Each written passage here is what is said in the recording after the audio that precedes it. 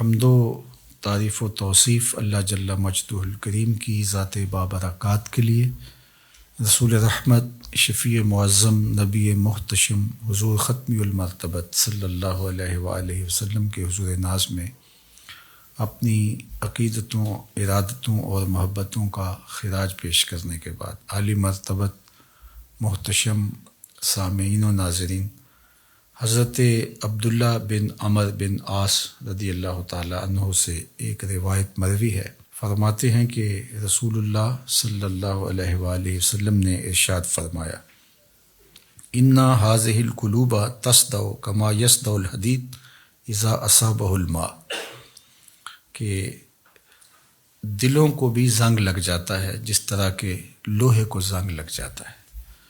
لوہے کو جب پانی لگ جائے تو وہ زنگ آلود ہو جاتا ہے۔ اسی طرح گناہوں کے سبب غفلتوں کی وجہ سے دل بھی زنگ آلود ہو جاتے ہیں۔ اللہ تعالی ہمارے دلوں کو زنگ آلود ہونے سے محفوظ فرمائے۔ لیکن یہ ایک حقیقت ہے، ہماری مسلسل غفلت اور اعمال بد اور گناہوں کے سبب سے دل زنگ آلود ہو جاتے ہیں۔ قیل یا رسول اللہ صلی اللہ علیہ وسلم وما جلاؤها، عرض کی حضور اس کا علاج کیا ہے؟ ان دلوں کو روشنی کیسے ملے گی؟ زنگ کیسے اترے گا؟ دل اجلے کیسے ہوں گے؟ تو اللہ کے محبوب علیہ السلام نے ارشاد فرمایا، قال کثرت ذکر الموت و تلاوت القرآن، کثرت کے ساتھ موت کو یاد کرنا اور قرآن مجید کی تلاوت کرنا، یہ دو ایسے عمل ہیں کہ جو دلوں کا زنگ اتار دیتے ہیں۔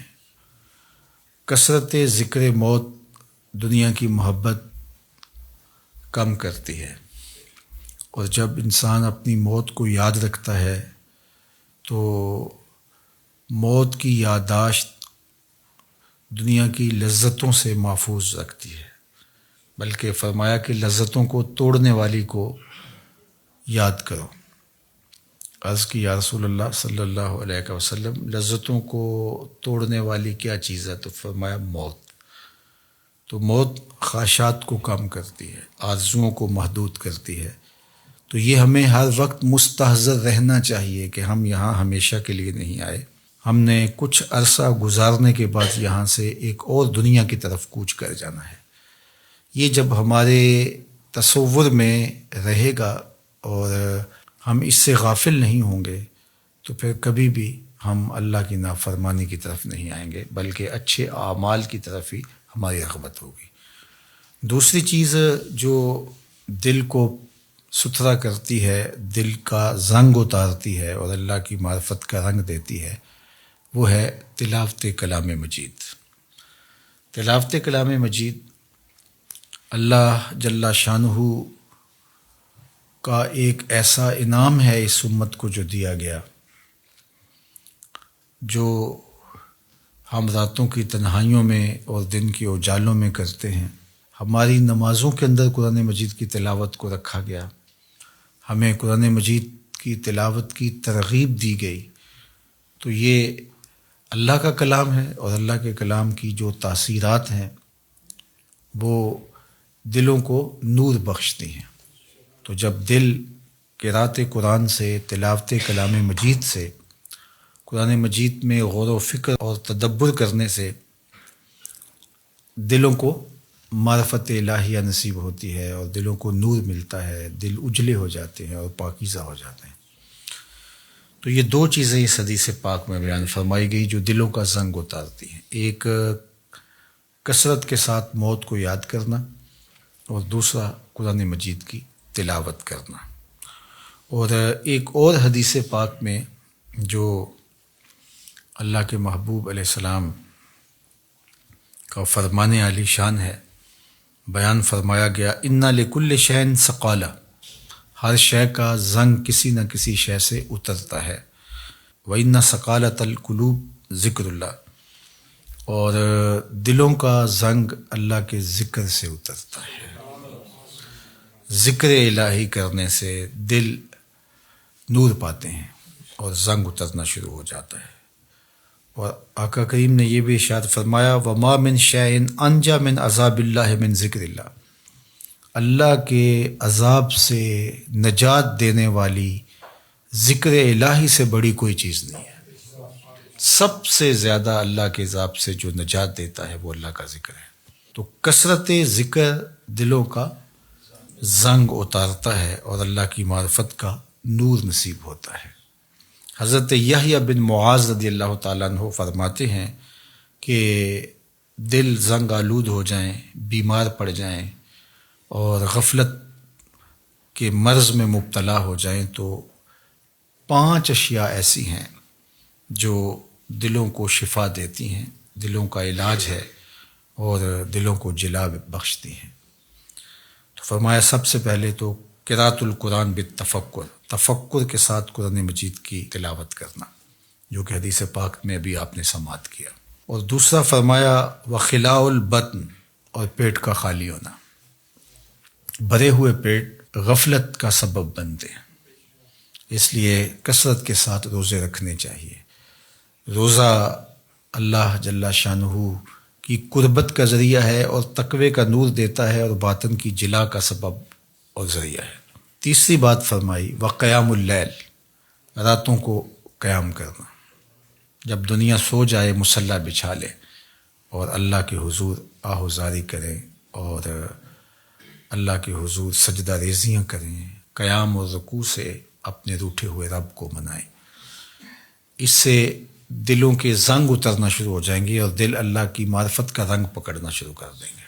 اور چوتھی چیز انہوں نے بیان فرمائی وَالتَّضَرُّعُ عِنْدَ السَّحَرِ، سحری کے وقت مصلی کے اوپر بیٹھ کے رونا۔ سحری کے وقت مصلی بچھا لیں اور اللہ کے حضور آہوزاری کریں، قیام میں رونا، سجدوں میں رونا، رکوع میں رونا، دعاؤں میں آہوزاری کرنا، مصلی بچھا کے اس پہ بیٹھ کے دعائیں کرنا، اللہ کے حضور تضرع کرنا، اللہ کے حضور زاری کرنا۔ اور یہ اس قدر مفید ہے دلوں کی جلا کے لیے، باطن کی ستھرائی کے لیے، روحوں کی پاکیزگی اور عفت کے لیے اور من کی روشنی کے لیے کہ یہ تجربہ آپ کر کے دیکھیں کہ آپ سحری کے وقت اٹھ جائیں اور اللہ کے حضور سجدہ ریز ہوں، اور وہ وقت ہی ایسا ہوتا ہے کہ جب آپ وضو کر کے مصلی پہ آتے ہیں تو خود بخود آنسو ڈھلنے لگ جاتے ہیں۔ ایک درد اور کیفیت ان لمحوں کے اندر رکھی گئی ہے۔ اور پانچویں چیز جو ارشاد فرمائی گئی وَمُجَالَسَةُ الصَّالِحِينَ، نیک لوگوں کی صحبت۔ حضرت مجدد الفسانی علیہ رحمہ فرماتے ہیں کہ نیک لوگوں کی صحبت کبریت احمر کا درجہ رکھتی ہے، سرخ گندک کی طرح ہے، اور ان کی صحبت دلوں کو پاک کرتی ہے، صفائی دیتی ہے، ستھرائی دیتی ہے۔ اور آج کی تاریخ میں دنیا اس بات کو تسلیم کرتی ہے کہ جو لوگ موجود ہوتے ہیں ان کے ابدان سے کچھ شعائیں نکلتی ہیں، حتیٰ کہ کافر کے اندر سے بھی کچھ شعائیں نکلتی ہیں جو اپنے پاس بیٹھنے والوں پر اثر انداز ہوتی ہیں۔ تو اسیری لہریں نکلتی ہیں مختلف لوگوں کے وجود سے، تو اگر وہ اچھا ہوگا تو اس کے اثرات لوگوں کے اوپر مرتب ہوں گے، اور اگر وہ برا ہوگا تو اس کے اثرات برے اس کے اوپر مرتب ہوں گے۔ اور یہ ایسا تجربہ ہے کہ جو آپ کر سکتے ہیں۔ اچھے لوگوں کی صحبت میں بیٹھنا اٹھنا شروع کریں، خود بخود آپ محسوس کریں کہ ایک اندر کچھ اتر رہا ہے، نور اتر رہا ہے، روشنی اتر رہی ہے۔ اچھے لوگوں کی صحبت میں بیٹھ کر رغبت دنیا کم ہوتی ہے، رغبت آخرت بڑھ جاتی ہے، انسان اپنا محاسبہ کرنے لگ جاتا ہے، نیکی کی طرف اس کے قدم اٹھنے لگ جاتے ہیں، برائی سے رکنا شروع کر دیتا ہے۔ اور برے لوگوں کی صحبت میں بیٹھنا شروع ہوں گے تو آپ کی نمازیں چھوٹنے لگ جائیں گی، آپ کی نظر میں ناپاکیزگی آنے لگ جائے گی، آپ کی سوچوں میں آوارگی آنے لگ جائے گی، طلب دنیا بڑھنا شروع ہو جائے گی، تکبر، رعونت، غرور، یہ سب کچھ اترنا شروع ہو جائے گا برے لوگوں کی صحبت سے۔ اس لیے برے لوگوں کی صحبت سے ایسے بھاگا جائے جیسے کسی موذی جانور سے بھاگا جاتا ہے۔ رومی نے تو کیا خوب کہا کہ تا توانی دور شو از یار بد، یار بد بدتر بود از مار بد۔ کہا جہاں تک ممکن ہو برے یار سے دور آئے، اور پھر فرمایا کہ برا یار برے سانپ سے بھی برا ہے۔ وہ کیوں؟ کہا کہ سانپ لڑتا ہے تو جان لیتا ہے، برا یار لڑتا ہے ایمان لیتا ہے، آخرت برباد کر دیتا ہے۔ اس لیے اچھے لوگوں کی صحبت کو تلاش کرنا چاہیے، اور اچھے لوگ مل جائیں تو ان کی صحبت کو غنیمت سمجھنا چاہیے۔ مجھے واصف علی واصف مرحوم کا ایک جملہ یاد آیا۔ انہوں نے کہا تھا جس شخص کے بارے میں تمہیں شک ہونا کہ اللہ کے قریب ہے اس کے نیڑے لگ جاؤ۔ تمہیں شک بھی پڑ جائے کہ یہ بندہ اللہ کے قریب ہے تو پھر اس کے نیڑے لگ جاؤ، اس کی غلامی اختیار کر لو، اس کی نوکری اختیار کر لو، اس کی صحبت اختیار کر لو۔ تو یہ 5 چیزیں حضرت یحییٰ بن معاذ فرماتے ہیں کہ اجڑے ہوئے دلوں کو آباد کر دیتی ہیں، بیمار دلوں کے لیے پیام شفا ہے، اور دلوں کے زنگ اتار کے اللہ کی معرفت کا رنگ دیتی ہیں۔